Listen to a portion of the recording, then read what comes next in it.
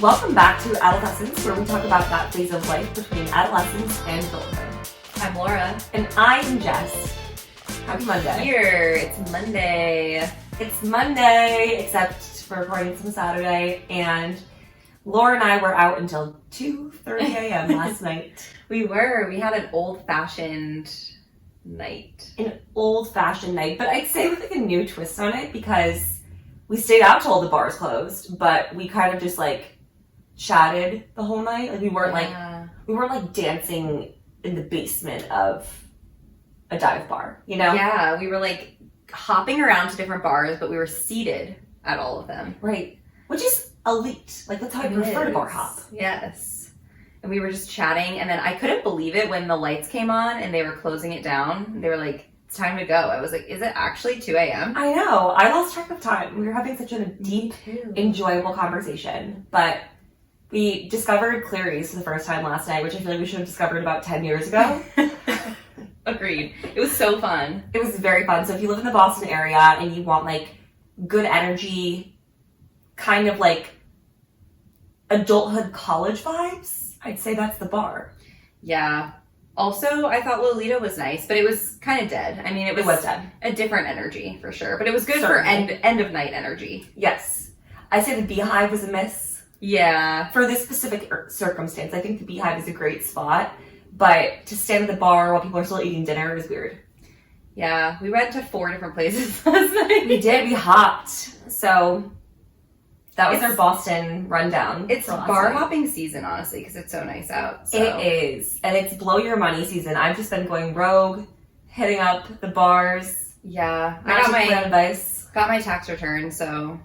Bye. Light it on fire. Spend it on drinks. Time to give it back to Uncle Sam. Back to the community. Yeah. We're supporting the Boston bar community. Someone has to keep them afloat. Someone. If it's not us, then who will? You know what's funny? We're getting off track here, but I, for a little while, was like really not going out much, and I just felt like the whole world wasn't. But I know that's not true. But do you ever feel like that? Like when you're not going out, you're like, who goes out anymore? Yeah. But then when you do go out, you're like, you're staying in? I know. It's so true. I've really become a Friday night plans girly. Ooh, interesting. I love having Friday night plans. I just think it's something so nice to look forward to at the end of the week. You're like, this Friday night, I have something to do. And it's like, you're out on the town. It's Friday night. Everyone's in a good mood because it's Friday. It's just fun. I feel like this actually could be a debate because, like, I think there's two camps. There's the Friday night, let's go release our inhibitions from this crazy week. But then there's people that's more like me, I'd say, where I'm like, Friday I need to, like, recover. Saturday is when I want to, like, have a night. Because then I can prep for it all day. You know what I mean? But my thing is that if I'm, quote-unquote, prepping all day, as in relaxing, not doing anything, I'm not in the mood to go out at night. Fair, like you get too comfortable. Yeah. And you're like, the thought of going out is horrendous. It's like, oh, I have a plan. I just want to sit here. No, I get it. And I feel like Friday you're riding off the energy of the week. Yes. But like, see, last night I didn't think that was going to happen. I was like, we are doing what I typically do on a Friday, which is get dinner, chat over drinks. Yeah. I didn't know it was going to turn into like a night out. But I'm happy about it. No, same. But yeah.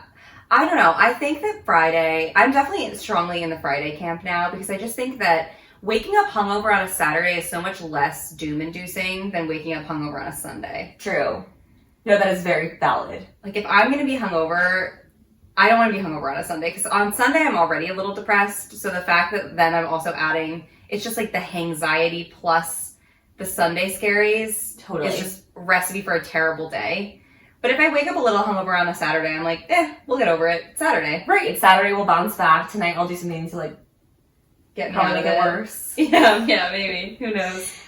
Anyways, that was our unscheduled Friday versus Saturday night debate. Yeah, we should definitely post about that on Instagram. I want to get a read on the audience's opinion. I have a lot of friends, I feel like, that have different takes on this. Yeah, same. I have one friend who's a teacher, and she is so against Friday night plans. Yeah. She's like, I'm so tired at the end of the week. Like, if I go out on Friday, I just want to be asleep by 10. So I would have a much better time on Saturday. So I think also, yeah, if your job is super demanding or physically exhausting, I could see that. Oh, yeah. Like, I think of nurses, I'm like, fuck no, I can't imagine they want to go out. I remember when Kevin first got a job as a nurse, he was working in downtown Boston, and I was like, oh my god, babe, we're gonna get drinks after work. You're working near the South End, it'll be so fun. Why did I think that man ever would want to get drinks after a 12.5-hour shift? Like, yeah. Some people's jobs, I feel like there's no, like, after-work plan that's ever possible. No. After a day of teaching, no. Yeah, it's like I sit at a desk and, like, tippity-tap on my computer. Yeah. Like, I can go get drinks. I'm fine. Right. I feel like it's the tappers who want to go out on Friday night. It's us. It's the people who... It's the corporate clones. Exactly. The corporate clones, the tippity-tappers. Yeah. We're fine with it. Yeah. We can handle it. Except I can't. But you did. I did. And then I got up at 7 a.m. to get to a nail appointment, so yeah, running on steam. Well, that was interesting. An interesting choice. But that's a story for another day. All right, let's get into the ep. Let's do it. Oh, I guess first, let's plug City. Sure, let's plug City. Let's pimp ourselves out. Yeah, so follow us on all the things, subscribe, rate, review, and subscribe. Those 3 items are great. In that order. Yeah. And then TikTok. We're on TikTok. We're on TikTok. We've been super active on TikTok, so... We post every day, and we have been for the last 28 days, so... And honestly, we're starting to get the ick from ourselves, so we need people to, like, give this brand traction so we can feel a little bit less icky. Yeah, like, if you like our content, please go interact with it on TikTok, because it's kind of cringe. Show the world that people are, in fact, enjoying it. Yeah. So anyway, do all that, and if you do that, we'll love you. Anyway... Right. Into the topic. Into the rabbit hole we go. Into the green-eyed monster. Ooh, good one. I'm having deja vu because we definitely talked about this before, and you said something about, like, the green monster in Boston. You're like, ooh, Boston. Boston roots. Oh, because it's Fenway Park. Yeah. Yeah, why do we call it that? No clue. I don't know anything about baseball, including why it's called the green monster. No, I don't know. I mean, I guess just because it's green and it's kind of monstrous looking. Baseball experts, let us know. Yeah.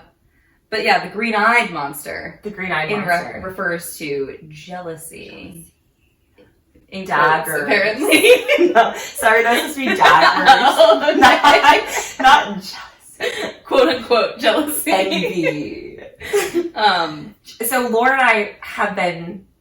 We were just chatting recently, and we were talking about how jealousy is such an embarrassing emotion, and I feel like it's a very taboo thing to talk about. Because I feel like it's such a dirty emotion to have. It's cringe. It's like, ooh, you're jealous? Right, how embarrassing that you want something that I have. Right, like, how awkward for you. But then you also feel terribly guilty that you're jealous. Like, I mean, I've been jealous about everything possible, I think, when it comes to... the friends in my life and the people in my life, and I always feel so mortified that is like the emotion that I'm experiencing, and I feel like I have to bury it deep down and get rid of it as fast as possible. Yeah, it feels like something that you shouldn't say out loud, but I feel like, and this is kind of the take that we want to get into in this episode, it's not, like, it doesn't have to be that cringe. No. Because everyone feels it, so it's kind of one of those things where if you just say it, it suddenly loses its power. I think it's more cringe to be jealous and be, like, acting out because of it. Like, that's when jealousy's ugly. It's like, oh, I'm jealous of you, but I'm not going to say it. I'm just going to, like, put you down and pretend that I don't care. Like, when people are super jealous, I feel like they're the ones that are like, well, I wouldn't do that if I were you. Or, like, yeah. Sometimes it manifests that way. Oh, I think most of the time, honestly. And that's why I feel like it's so valuable to be able to pinpoint jealousy and just admit it to yourself, because when you don't, that's when you start to give off that energy. Like, I think of the example that comes to mind is from the most recent season of Love is Blind. Of course, it's where we pull all of our examples. But Irina was like being such a little jealous bitch of Bliss when Bliss remembered Zach's birthday and she's like making him cupcakes or whatever she did.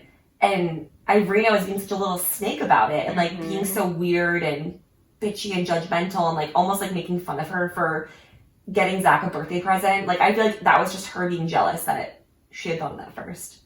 Yeah, and I think Okay, this is something I wanted to get into too, but since we're talking about Love is Blind, let's just go down Let's this just road. do it.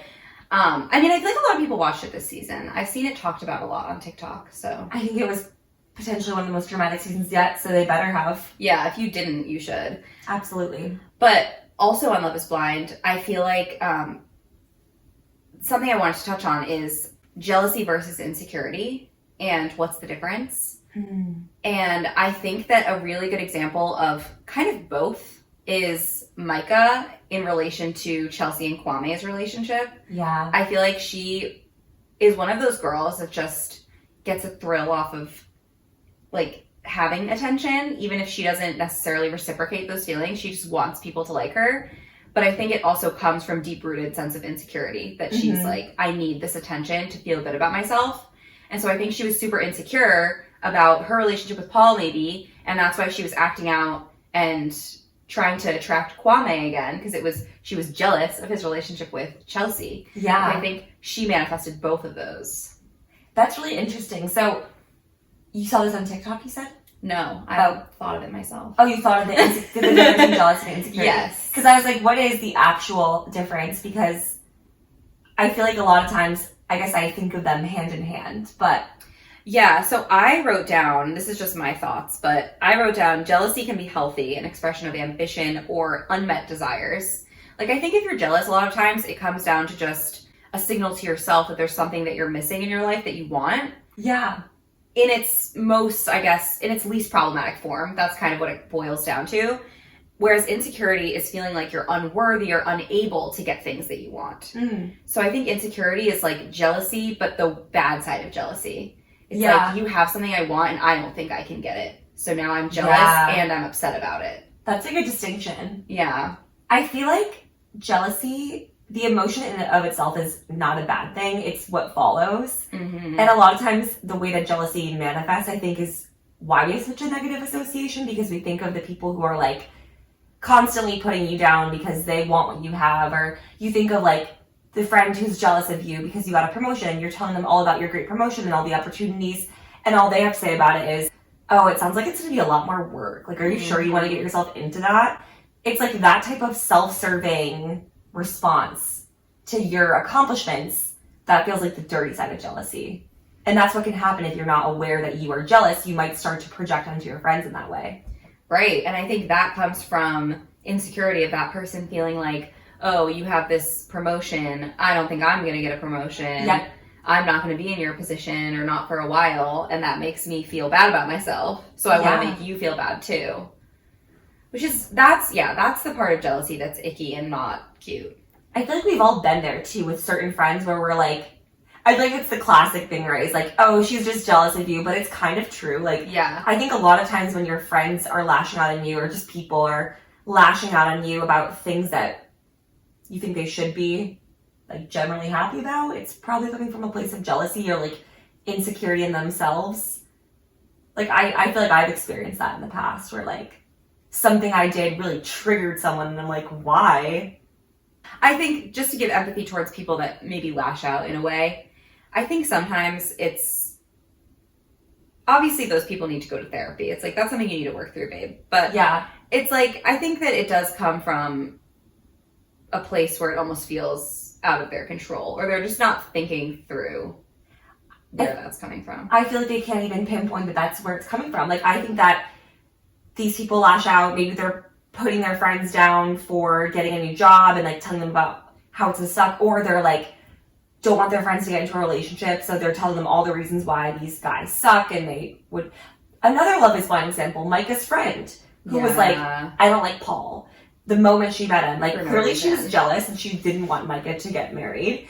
But anyways, like, I feel like a lot of times that type of thing comes from the fact that they can't even pinpoint that they're jealous. And if they maybe just said they were jealous, they could curb that reaction.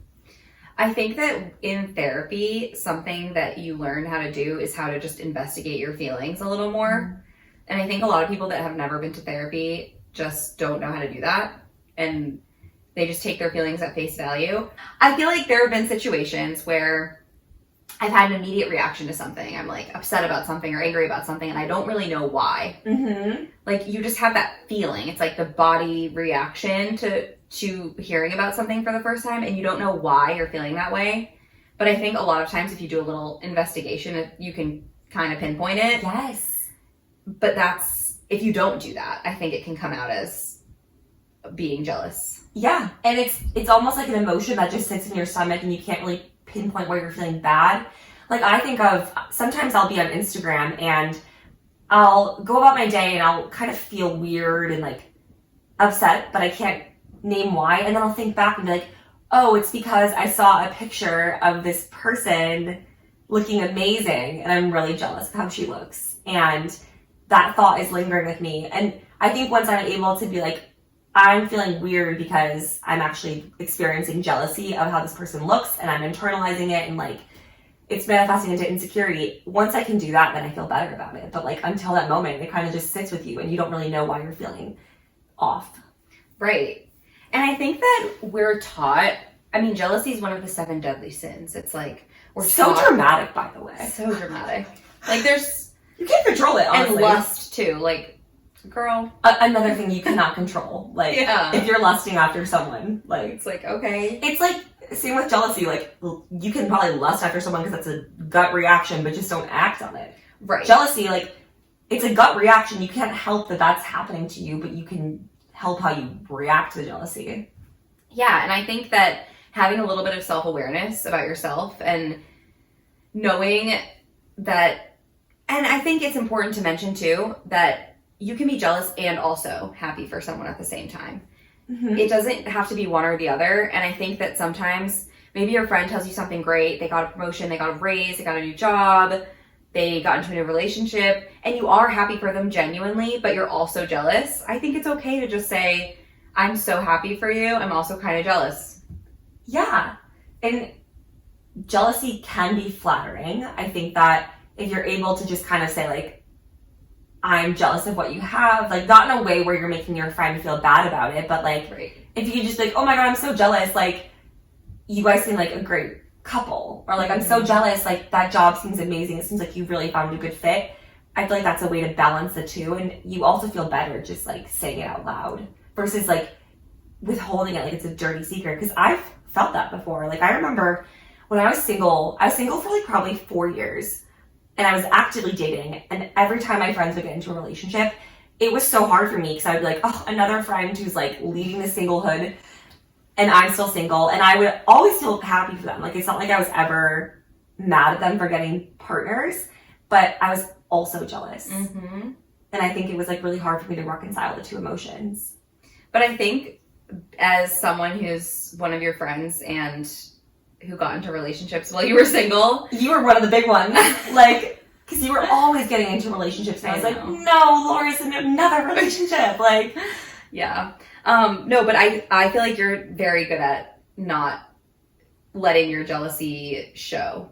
Oh, well, that's good. I'm glad I never showed. No, I never felt anything but support from you. Because I do know people, I've had friendships before where I feel like they would lash out at my friends when they got into relationships. Like, I had one friend where every single time one of her good friends got into a relationship, they fell off the face of the earth. And she would always say that they ghosted her because they were with their boyfriends all the time. But I was like, I think you're just cutting them out because you're like almost preparing to lose them to this relationship, but it doesn't have to be that way. Yeah. You know, and I think part of that was jealousy also. Like, she just couldn't be around that. Yeah, the preemptive reaction. Like, I don't want to let you hurt me, so I'm just going to do it first. Exactly. Yeah, I honestly think that's pretty common. Yeah. I've had that happen to me too before, where there's been people that just kind of slowly distance themselves from me.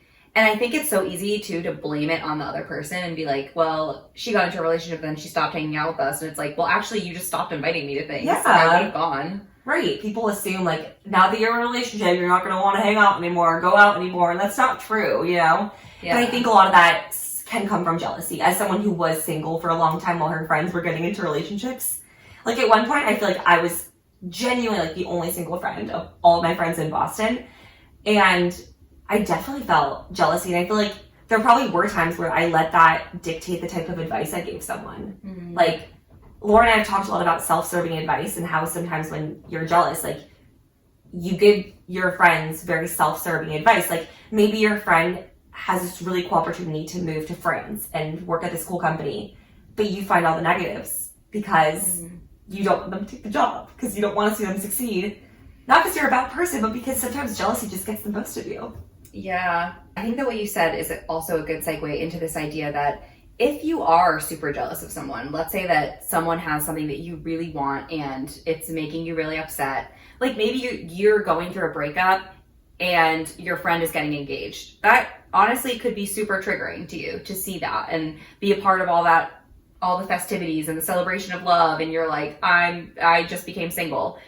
It's okay, I think, to intentionally put a little bit of distance. Like, I feel like what you said, like, it was hard for you to see all these people in relationships. Like, maybe your ideal plan with those friends is not to be going on, like, a double date and being the fifth wheel. Like, maybe that's going to be triggering for you in that moment, and it's okay to not do that. Like, I think it's okay to, like, set those boundaries.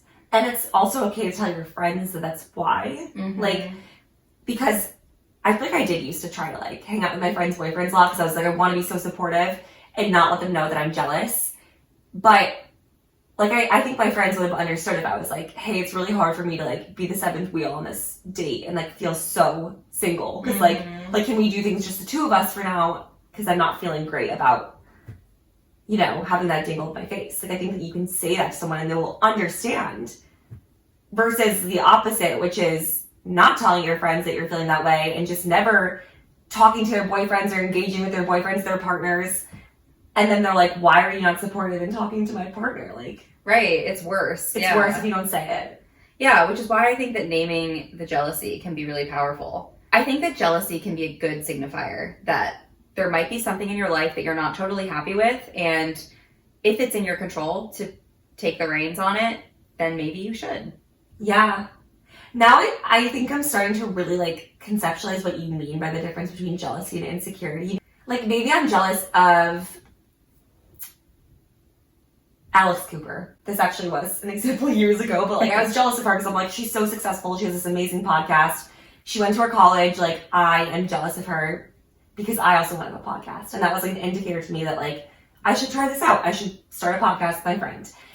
But maybe insecurity would be, like, being upset that my friend's getting promoted, even though I don't want her job. Like, I don't want to do what she's doing, but I just can't handle seeing her successful. I feel like that's the insecurity side. Yeah. So I really see what you mean by the difference between the two. Because I think they both can feel like jealousy. But, like, one's productive, the other is probably an indicator that you need to do some self-work. That's a really good example, I think, because one is something that you can do something about and that you want to do something about, and it's maybe just an indicator to you that you haven't gotten there yet and you're jealous that they have before you, but you're still going to work towards it. The other one is like, oh, I don't want this, or I'm never going to have this, and it's making me feel bad about myself even though it's not something that I want, so I'm going to lash out. And it's hard to see others succeed because, like, you feel like that is, I think, a bigger signifier of, like, needing to do internal work versus maybe external of, like, going after something, you know? Yeah. Like, there's plenty of times where I feel like I feel jealous just purely out of insecurity because I'm, like, upset that someone else is, like, having such a great time or, like, having so much success in life. And there's been other times where I'm like, oh, this jealousy is really teaching me something. So I feel like it's always good to kind of question that within yourself and figure out what it is you need to do next to feel better. Right. Yeah, and I think that if you're jealous of, like, oh, I'm jealous of this friend because she is making steps in her career and I feel like I'm stagnated, maybe that's a sign that you should start looking for a new job. I feel like jealousy can be really motivating and inspiring if you let it. And I feel like that some of the biggest changes that I've made in my life honestly have stemmed from feelings of jealousy or, like, yeah, like to your point with the Alex Cooper example, just seeing something that I wanted and being like, okay, I'm going to try it. Yeah, that's actually such a positive way of spinning jealousy, like, that's the fuel to the fire. Sometimes that's what you need to light a fire under your ass. Like, I've definitely been jealous of people for, like, how, I don't want to be toxic. I was going to say how, like, good they look, but I want to make this about looks. No, but I think that's relatable. I mean, yeah, like, I've had moments where I'm like, wow, I'm very jealous of, like, how toned this person is, and it's like motivating me to get my ass to the handlebar Every time that I watch Selling Sunset. right. Like, I think that it really can be a positive emotion as long as you're not letting it rule your life. Like, and again, I think that distinction between insecurity and like healthy jealousy is so valuable because I've definitely felt both, you know? Yeah. And I think that also something interesting, I was reading through some like Reddit threads about this because I was just curious what people thought and what people were saying. And one person made a really good point that the entire basis and foundation of monogamy and monogamous relationships is that... That's so scary. Who is that? It's my Amazon. But the entire basis of monogamous relationships is the idea that jealousy happens because... Like, basically, jealousy is the glue of why people want to be with one person forever. Because it's like, I don't want to see you with anyone else. That's and true. You don't want to see me with anyone else. Like, we're going to get married and we're never going to be with anyone else again. Like, that's so I true. feel like it's normal to be jealous if your partner is, like, flirting with someone. Like, that's a signal that you feel bad because they're treating, like, you know what I mean? Like, they're not valuing your relationship maybe in a certain way. Yeah. So I feel like in relationships, romantic relationships, jealousy is normalized to an extent. Obviously, you don't want to be a jealous freak, but like, right. I think a little bit of jealousy is normal. If you see a waiter flirting with your partner while you're ordering, you're like, okay, kind of jealous of that. Right. And as we were talking about last night, it's kind of the spice of life. A little jealousy. It is. A little healthy jealousy. Like, not that you're trying to be toxic and like make your partner jealous. But we were talking about how in Gossip Girl, this is fucked up. I would not recommend doing this, but like... I don't know. I think it's kind of hot. Chuck and Blair would like go out and they would like... One of them would go off and flirt with someone, and then the other would come intervene and be like, that's my boyfriend. And then they would go hook up. Yeah.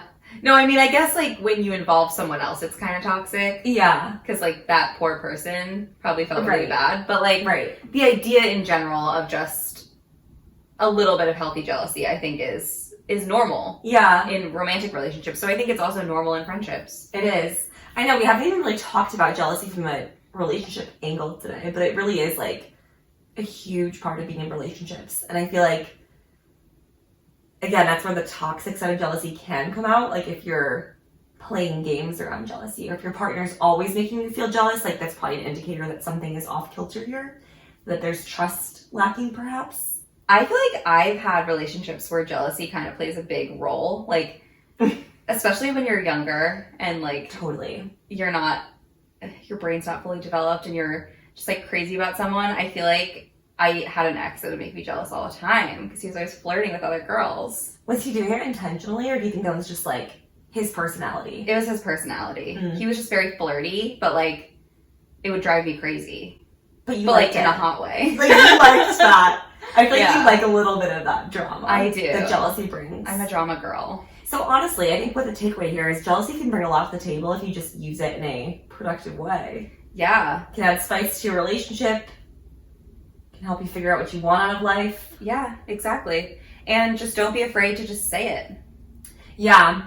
I think that like the moral of this episode is that it's not a bad thing if you experience jealousy. Mm-hmm. It's a very common emotion. I always feel really guilty about it whenever it bubbles up, but I feel better about it now. Yeah, me too. I'm jealous of you, Laura. I'm jealous of you. I'm like really jealous of you. I'm actually really jealous of you. I'm so jealous. I'm like jealous that you're like getting your MBA and that you're such a good writer. Like the way that you can just write so easily and all these creative, funny jokes come out. Like I'm very jealous of that quality. Thank you. I'm jealous of your new job. Oh. And your salary.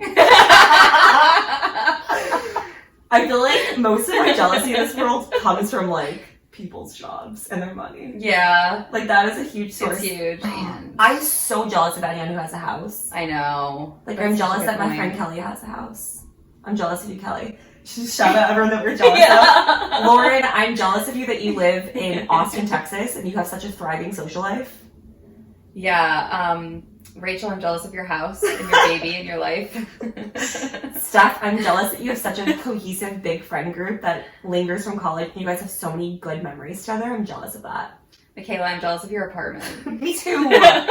Olivia, I'm jealous of how freaking beautiful you are. Oh my god, same. And she I'm has so such a jealous good of job. that. And she's so fun. This is honestly therapeutic. It is. Ashley, I am jealous of how easily you can talk to anyone in this world. Like, you are just so good at talking to everyone, and she just, like, owns a room. Wow. I love that. Kate. Kate, I'm so jealous of Kate. I'm jealous of Kate, too. Kate, I'm jealous of the fact that you are an influencer and you just have such a great life, which I know you've worked towards. She has. I mean, I guess, yeah, all of these jealousies, it's like, we know that you've, like people have, like, worked towards these things and earned them. It's not like we're saying that you haven't. They have. No, yeah. Kate, I'm jealous of how cute your outfits always are, and your nails look so good all the time. So true. Ruby, I'm jealous of your long and luscious fur.